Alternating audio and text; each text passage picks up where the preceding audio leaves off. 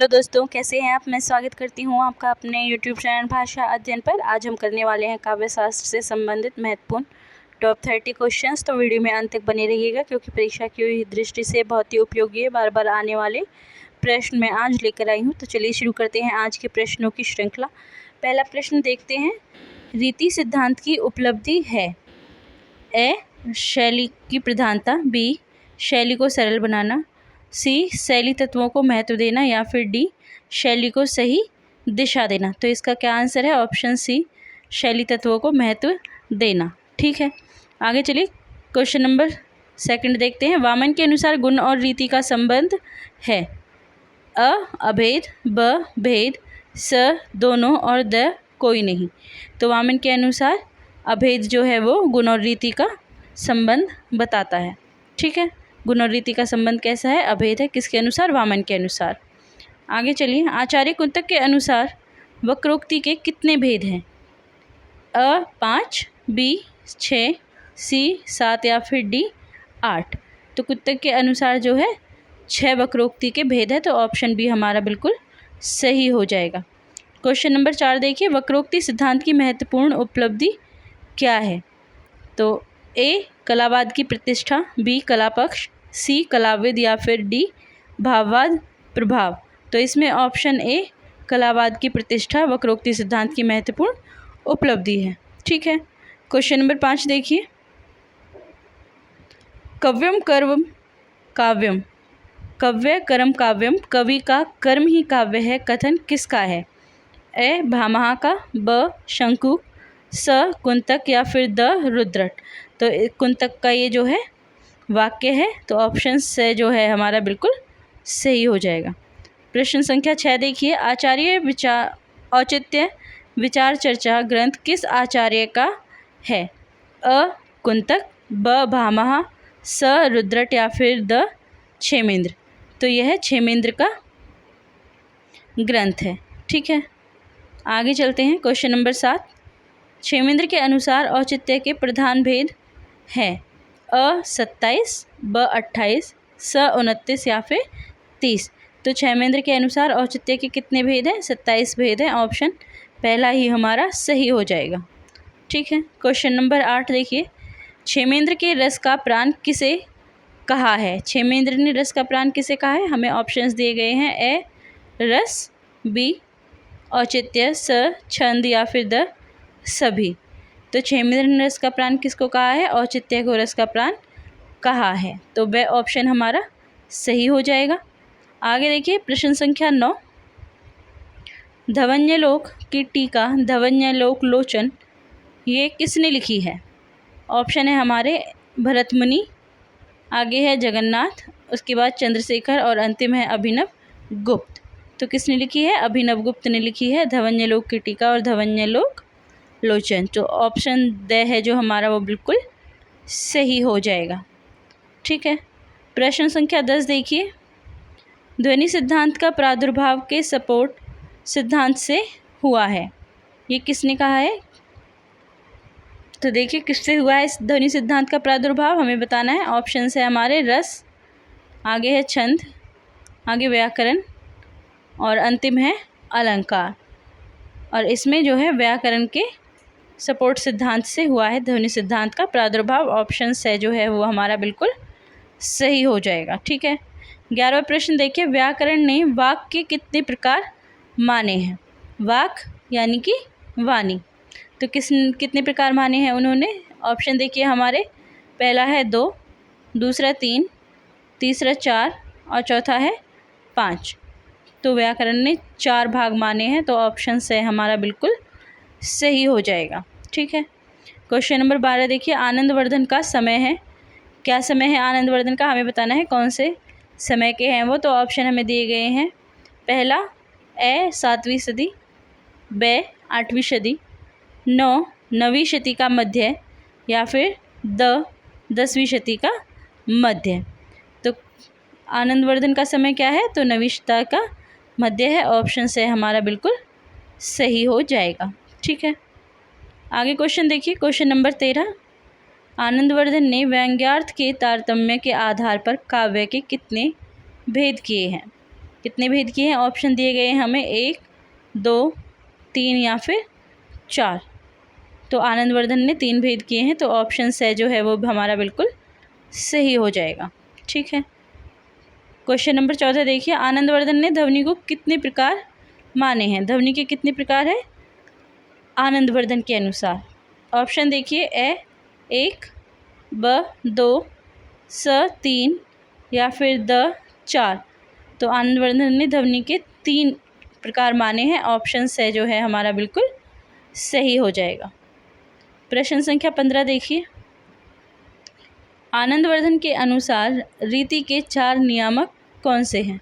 हमें ऑप्शंस दिए गए हैं। देखिए, ए वक्रोक्त औचित्य, वाच औचित्य, विषय औचित्य और रस औचित्य, या फिर रस औचित्य, वाच्य औचित्य, छंदोचित्य और विषय औचित्य, या फिर ये दोनों और अंतिम है इनमें से कोई नहीं। तो आनंदवर्धन के अनुसार रीति के जो 4 नियामक हैं वो हैं वक्रोक्त औचित्य, वाच्य औचित्य, विषय औचित्य और रस औचित्य। ठीक है। तो ऑप्शन ए है जो हमारा बिल्कुल सही हो जाएगा। क्वेश्चन नंबर 16 देखिए, अभिनव गुप्त ने ध्वनि के कितने भेद किए हैं? ऑप्शन हमें दिए गए हैं 33, 34, 35 या 36। तो अभिनव गुप्त ने ध्वनि के कितने भेद किए हैं? 36 भेद किए हैं। ठीक है। क्वेश्चन नंबर 17 देखिए, मम्मट ने ध्वनि के शुद्ध भेदों की संख्या स्वीकार की है। कितनी स्वीकार की है? ऑप्शन हमें दिए गए हैं। पहला 48, उसके बाद 49, 50 या फिर अंतिम 51। तो मम्मट ने ध्वनि के गुणों की संख्या जो है 51 स्वीकार की है। ठीक है। क्वेश्चन नंबर 18, पंडित राज जगन्नाथ काव्य के कितने भेद किए हैं? 2, 3, 4 या 5।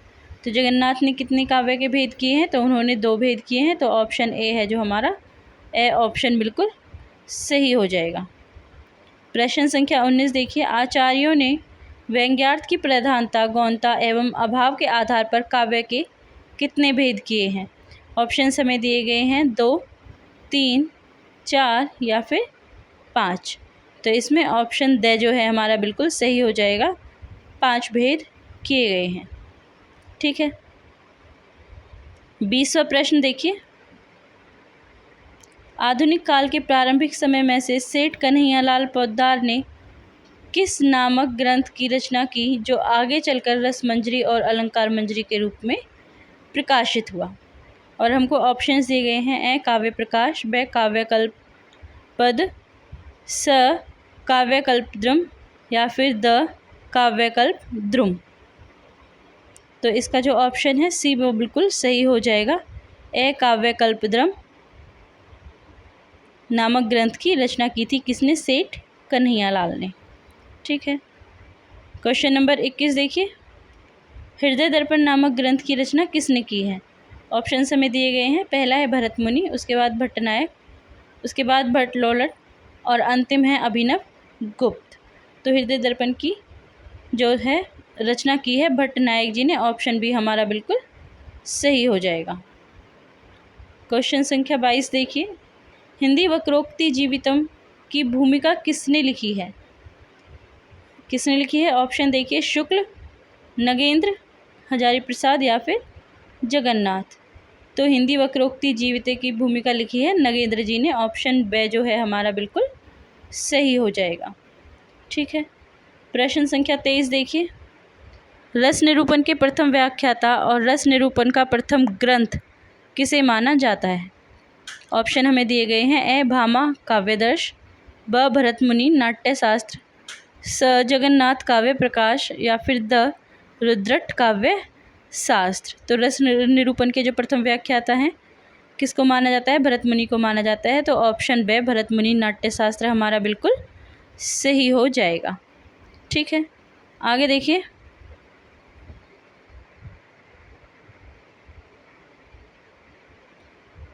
भरत ने कितने स्थायी भाव, सात्विक भाव और संचारी भावों का उल्लेख किया है? तो ऑप्शंस के दिए गए हैं हमें। ए 7 स्थायी भाव, 8 सात्विक भाव और 33 संचारी भाव।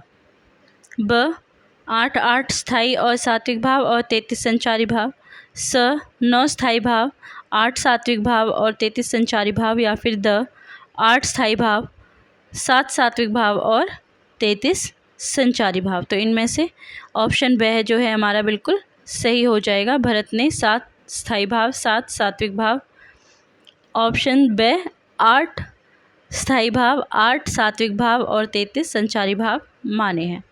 ठीक है, नेक्स्ट क्वेश्चन देखिए, क्वेश्चन नंबर 25। किस आचार्य ने रीति को काव्य की आत्मा मानकर रस के गुण के अंतर्गत स्थान दिया है और कांति गुण का वर्णन करते हुए रस से युक्त माना है? ऑप्शंस हमें दिए गए हैं, ए भामा, ब वामन, से रुद्रट और द भट्टनाय। तो इसका ऑप्शन बी वामन सही हो जाएगा। ठीक है, क्वेश्चन नंबर 26 देखिए। आचार्य रुद्रट ने शांत रस का स्थायी भाव किसे माना है? ऑप्शन है हमारे, ए सम्यक परीक्षा, ब सम्यक ज्ञान परीक्षा, से सम्यक ज्ञान, या फिर द सम्यक शास्त्र। तो आचार्य रुद्रट ने सम्यक ज्ञान को जो है शांत रस का स्थायी भाव माना है। ऑप्शन से हमारा बिल्कुल सही हो जाएगा। ठीक है, क्वेश्चन नंबर 27 देखिए। रस को ध्वनि के साथ युक्त करने का श्रेय किसे है? ऑप्शंस है हमारे, भरत मुनि, आगे है जगन्नाथ, उसके बाद अभिनवगुप्त, या फिर अंतिम आनंद वर्धन। तो ऑप्शन द आनंद वर्धन ने जो है रस को ध्वनि के साथ युक्त करने का श्रेय जाता है। प्रश्न संख्या 28 देखते हैं। भोज ने 12 रसों का विवेचन किया है, जिनमें से 4 नवीन हैं। वो 4 नवीन कौन से हैं वो हमें बताना है। तो ऑप्शंस दिए गए हैं हमें, ए प्रेयस, शांत, उद्वात, या फिर उद्वत। ब है शांत, भयानक, वीर और श्रृंगार। स अद्भुत, वीर, श्रृंगार और भक्ति। और अंतिम है प्रेयसी, शांत, उद्वात या फिर उद्वत। तो इनमें से जो है वो कौन से हैं 4 नवीन? तो ऑप्शन ए जो है हमारा बिल्कुल सही हो जाएगा, प्रेयस, शांत, उद्वात और उद्वत। ठीक है, क्वेश्चन नंबर 29 कौन सा है देख लेते हैं। भोज ने रस का मूल किसे माना है? ऑप्शन हमें दिए गए हैं, ए अहंकार, ब छंद, स रस, या फिर द अनुकर्ता। तो भोज ने किसको माना है? रस को, रस का मूल किसको माना है? रस को माना है। ठीक है, आगे चलते हैं। क्वेश्चन संख्या 30 देखिए। वाक्य रसात्मक काव्यम कथन किसका है? ऑप्शन है हमारे, भामा, विश्वनाथ, रुद्रट या फिर जगन्नाथ। तो वाक्य रसात्मक काव्यम ये काफ़ी बार आ चुका है और ये किसने कहा है? विश्वनाथ जी का ये कथन है। ऑप्शन बे हमारा बिल्कुल सही हो जाएगा।